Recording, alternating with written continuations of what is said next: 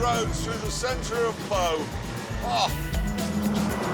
Oh my God, this is like being in history.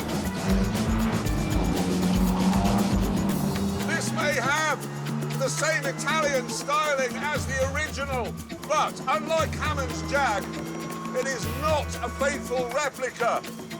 It has, for example, a bigger engine than the original, which means 40 more brake horsepower. This thing is quick.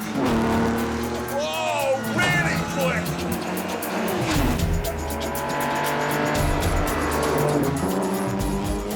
Some things are the same though. Windows don't wind down, there's no fan or air conditioning of any kind, and it's got a racing gearbox. That means no synchros, which means that when you want to slow down, you have to heel and toe. Like that. Yes! That was a skill I never thought I'd need to use again. But like changing a typewriter ribbon. Whoa, that was me not matching the revs up. And that was it, not forgiving me. The really good news, though, is the brakes. They're made using modern materials, unlike in Hammond's Jag.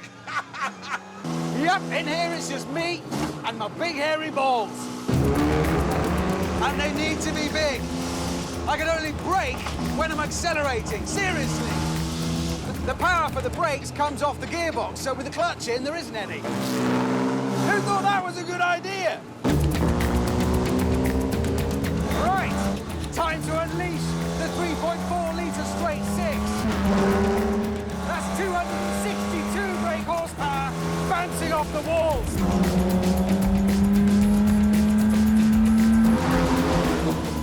In the 50s, Ferraris were hitting 160 on the Mulsanne straight.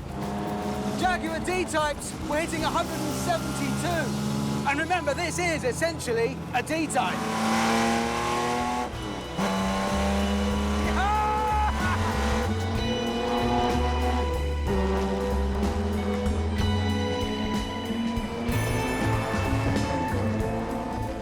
Whoa! Just feel the lack of grip. Of course, back in the 50s, cars didn't grip because they had cross-ply tyres. Back then, it was all about how a car handled, and this thing handles absolutely beautifully. Come on, Hammond, get out of my way!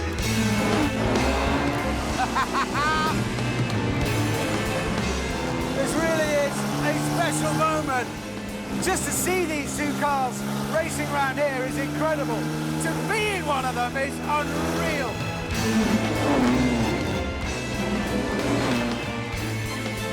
This is one of the best mornings I've ever had behind the wheel of a car, ever. It's just brilliant.